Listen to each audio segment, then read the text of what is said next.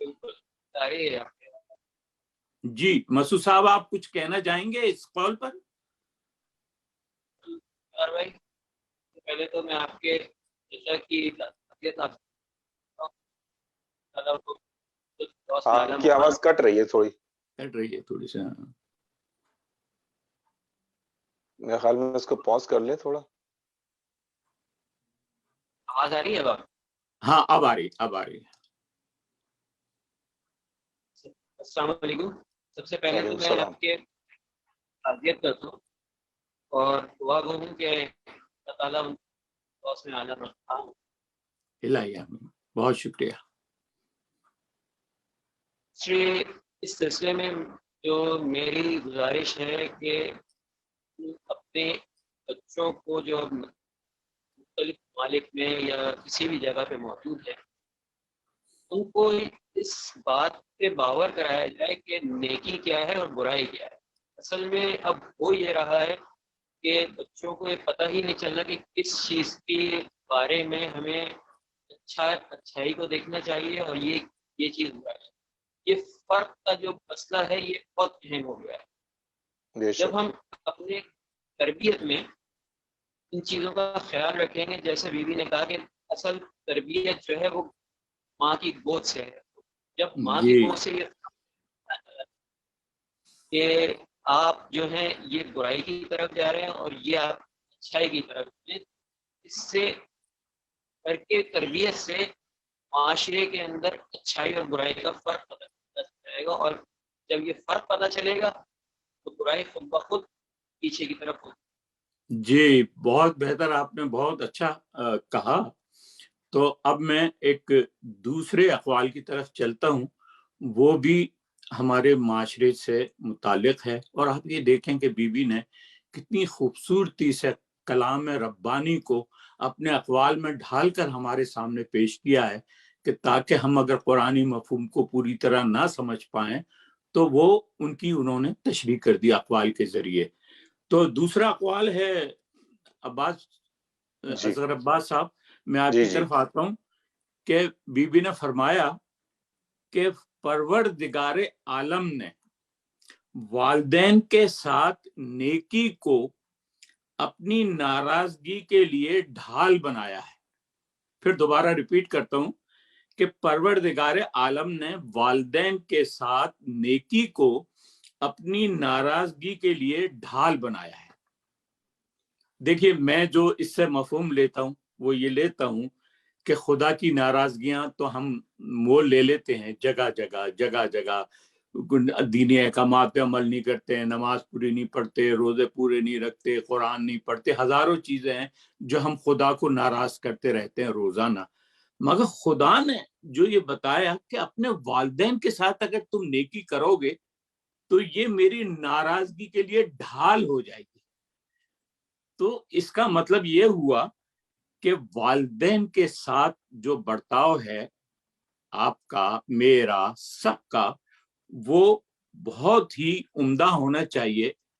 کہ جیسے کہ خدا نے قرآن میں فرمایا ہے کہ اپنے والدین سے ادب سے بات کرو، ان کے سامنے کندھے جھکا کر بات کرو اور کبھی بھی اف تک نہ کہو. یہ لفظ اف جو ہے اس سے آسان لفظ مشکل کا اور کوئی نہیں ہے کہ کسی کو تکلیف دینے کے لیے صرف اف کا اظہار کر دینا اس سے آسان لفظ نہیں ہے. تو قدرت نے وہ بھی کہا ہے کہ وہ آسان سا لفظ جو اف ہے وہ اپنے والدین کے بارے میں نہیں استعمال کرو. جی اظہر بھائی آپ کیا کہتے ہیں اس میں؟ یہ بہت بڑا اسٹیٹمنٹ ہے اور ظاہر بات ہے اللہ سبحانہ تعالیٰ نے اس معاشرے کے لیے یہ ہمارے لیے ایک مشعل راہ ہے کہ ہم اپنے ماں باپ کی اگر عزت کریں گے تو اور یہ ایک مثال قائم ہوگی تو ہم اولاد بھی ہماری اسی طرح ہماری عزت کرے گی. تو یہ اہم مسئلہ اس میں یہ آ جاتا ہے کہ تربیت اولاد کا. اگر ہم اپنے اولاد کی تربیت صحیح کرتے ہیں اور جیسے نقوی صاحب نے پہلے بھی، رضا صاحب نے پہلے بھی بتایا تھا کہ تربیت اولاد کا اس میں انہوں نے ذکر کیا تھا پہلے قول میں، تو اس میں بھی یہی آ جاتا ہے کہ اگر ماں باپ اپنی اولاد کی بہترین تربیت کرتے ہیں تو اس کا ریٹرن بھی ان کو اولاد کی سے اچھے سلوک کی صورت میں ملتا ہے. اور اللہ سبحانہ تعالیٰ نے اور یہ بھی اسی لیے فرمایا ہے کہ ماں باپ کا رتبہ بڑھایا ہے کہ بھائی ماں باپ کے پیروں کے نیچے جنت، اور باپ کا کو دیکھنا جو ہے وہ بھی عبادت ہے، باپ کے چہرے کو دیکھنا بھی عبادت قرار دیا.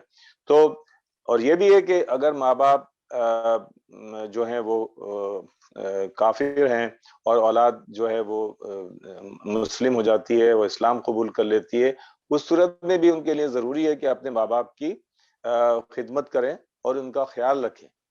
تو یہ آپ نے بہت اچھا پہلو بیان کیا کہ اگر آپ کے والدین ایون کافر بھی ہیں تو ان کے احترام میں، ان کے خیال میں کوئی کبھی مت چھوڑو. ساتھ ساتھ ہم دیکھتے ہیں اصغر صاحب کے مسعود بھائی کے یہاں پہ ہمارے معاشرے میں ہم دیکھتے ہیں کہ ایسے ایسے بھی ظالم لوگ ہیں کہ جو دعائیں مانگتے ہیں کہ یار میرا بڈھا باپ پتہ نہیں کب مرے گا.